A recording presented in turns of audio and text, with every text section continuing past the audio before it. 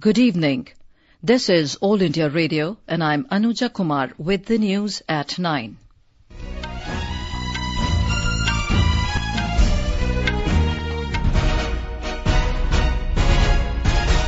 The headlines. IMF says India will remain one of the fastest growing major economies of the world. Projects a growth rate of 7.5% this year and 7.7% in 2020. Youth Pravasi Bharatiya Divas begins in Varanasi. External Affairs Minister Sushma Swaraj calls upon delegates to be a part of India's development journey.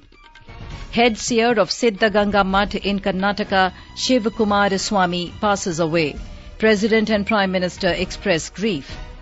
Delhi court allows Enforcement Directorate to go ahead with the extradition proceedings against 4 Sterling Biotech promoters in a 8,100 crore rupee bank fraud case. In Afghanistan, 12 people killed in Taliban attack on a military base, and in Australian Open tennis tournament, Serena Williams beat world number 1 Simona Halep and Novak Djokovic defeat Daniil Medvedev to enter quarterfinals.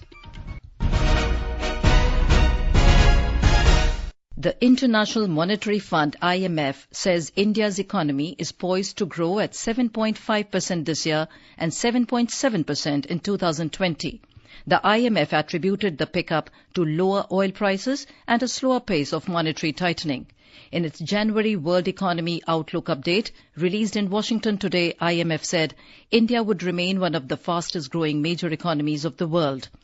The IMF report comes days after the PricewaterhouseCoopers Global Economy Watch said that India is likely to surpass the United Kingdom in the world's largest economy rankings this year. India is among the most trusted nations globally when it comes to government, business, NGOs and media. The 2019 Edelman Trust Barometer report, which was released today ahead of the World Economic Forum meet in Davos, noted that the Global Trust Index witnessed a marginal increase of 3 points to 52.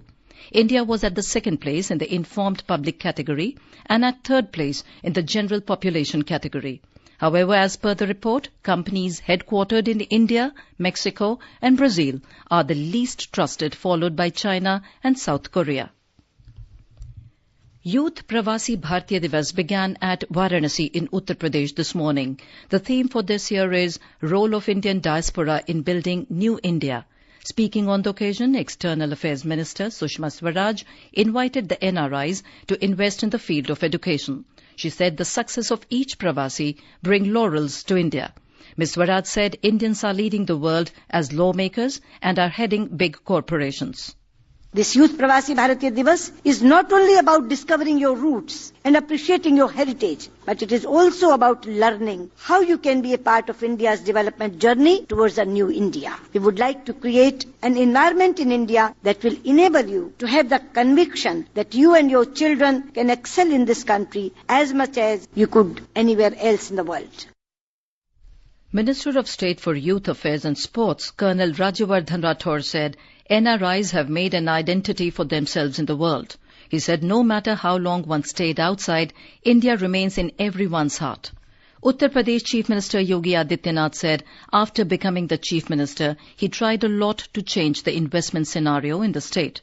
He invited NRIs to invest in the land of their forefathers. Member of Parliament from New Zealand, Kamaljeet Singh Bakshi, and MP from Norway, Himanshu Gulati, were chief guests for the event. Minister of State for External Affairs, General V.K. Singh, retired, also shared the dais. Prime Minister Narendra Modi will formally inaugurate the event tomorrow. Prime Minister of Mauritius, Pravind Kumar Jagannath, will be the chief guest. President Ramnath Kovind will deliver the valedictory address and give away Pravasi Bharatiya Samman Awards on Wednesday. More from our correspondent. Banaras Hindu University became the ground zero of the knowledge exchange session where many students, professors and youth leaders from abroad exchanged their views with their counterparts of BHU. Many participants are enjoying the cultural activities going on at various places including Ganga Mahotsav at the Ghats of Banaras. NRIs are also appreciating the exhibitions at various places in Varanasi, showcasing the works of government and the rich heritage of Indian culture. Prime Minister of Mauritius, Praveen Jagannath, who is the chief guest of tomorrow's inauguration ceremony, also reached Varanasi today, where he was given warm welcome by External Affairs Minister Sushma Swaraj. Sushil Chandra Tiwari, AIR News, Varanasi. In Karnataka, the head seer of Siddaganga Mutt, Shivakumara Swami, passed away at 11:44 a.m. today. He was 111 years old. Doctors said Swami was battling lung infection and had been put on ventilator. The seer was known for his philanthropic work. He will be buried with state honours at 4:30 p.m. tomorrow. Chief Minister H.D. Kumaraswamy has declared 3 days of mourning in the state. Schools and colleges will remain closed tomorrow. President Ramnath Kovind and Prime Minister Narendra Modi have expressed grief over the death of the spiritual leader Sri Sri Sri Shivakumara Swami Galu. More from our correspondent. Shivakumara Swamiji of Siddaganga Mutt is popularly known as God who walked the earth for his yeoman service to the poor and destitute. Annadasoha of the Mutt serves free food to over 9,000 children every day. Siddaganga is today a renowned educational and religious center. The poorest of the poor have benefited from the charity of the Mutt. Sudhindra, AIR News, Bengaluru. The Election Commission once again rejected the claim that EVMs can be tampered with. The Commission statement came in the wake of an event in London to demonstrate tampering of EVMs. The Commission said it has been wary of becoming a party to this motivated slugfest and stands by empirical facts about foolproof nature of EVMs. Meanwhile, senior BJP leader and Union Minister Mukhtar Abbas attacked Congress over the reported presence of its leader Kapil Sibal in the event in London. Mr. Naqvi told media in New Delhi that Kapil Sibal did not go there accidentally but was sent by the Congress President Rahul Gandhi. He alleged that Mr. Sibal has been sent to malign the image of Indian democracy. Meanwhile, in a tweet, Finance Minister Arun Jaitley rejected an Indian cyber expert's claim that the 2014 general elections were rigged. The BJP today criticized the West Bengal government for reportedly denying permission to land the helicopter of party president Amit Shah at Malda airstrip ahead of his rally there.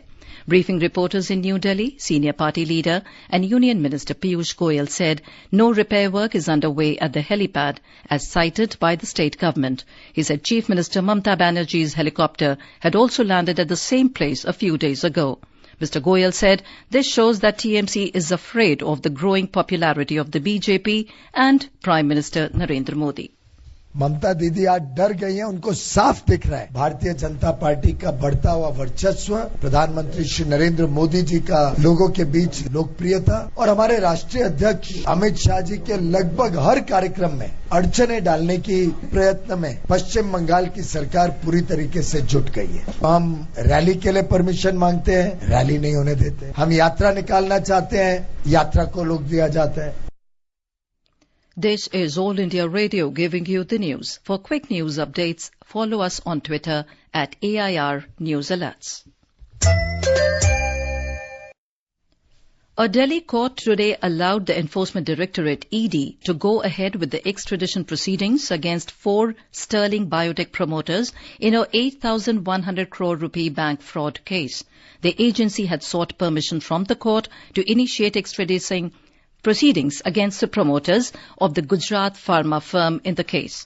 Earlier today, the ED told the court that the 4 accused are reportedly in Italy and Nigeria, and their extradition is required for probing the case. The ED has filed the bank fraud case against the firm under sections of the Prevention of Money Laundering Act. The accused are also being probed by the agency for allegedly bribing senior income tax department officials. The Rajasthan High Court today asked Robert Vadra and his partners in Skyline Hospitality Limited, including his mother, to appear before the Enforcement Directorate on the 12th of February to respond to allegations of money laundering by the firm. A Jodhpur bench of the High Court gave the direction after vacating its earlier order that prevented the ED from taking any coercive action against Vadra and others. A bench of Justice P.S. Bharti, however, refused to vacate the stay on their arrest and denied liberty to the agency to take them in custody. In Telangana, the ruling Telangana Rashtra Samiti supported candidates are sweeping the Sarpanch posts in the first phase of Panchayat elections held in the state today. The counting is still underway. As per the latest information available with the State Election Commission, the counting has been completed in over 2,700 out of 3,701 panchayats where polling was held. Out of this, about 1,700 sarpanchs won with the support of the TRS in these apolitical elections. About 500 sarpanchs won with the Congress support, while BJP-backed sarpanchs won in 40 places. Others won in over 450 panchayats. Fugitive businessman Mehul Choksi has surrendered his Indian passport to the High Commission in Guyana. Choksi is an accused in the PNB fraud case. Indian citizens are expected to surrender their passports when they acquire a foreign nationality. Sources said India continues to pursue Choksi's return with the government of Antigua through diplomatic and legal channels. A large number of devotees and Kalpavasis are taking a dip on the second main bath of Kumbh on the occasion of Paush Purnima in Prayagraj. Massive security and other arrangements have been made by the Mela administration for peaceful bathing. More from our correspondent. More than 1 crore devotees and Kalpavasis took dip at Sangam today on the occasion of Paush Purnima. This marks the beginning of month-long Kalpvas at Kumbh Mela. Throughout the Kalpvas period, lakhs of people will be staying in small tents near Sangam. The 49-day Kumbh Mela began last week with a record 2 crore 25 lakh devotees participating in the first Shahi Snan of Akhadas on Makar Sankranti. Next Shahi Snan will fall on Mauni Amavasya on 4th of February. With Shashank Kumar's report from Prayagraj, Zakir Nazir, AIR News. Light rain occurred in Delhi and surrounding areas today.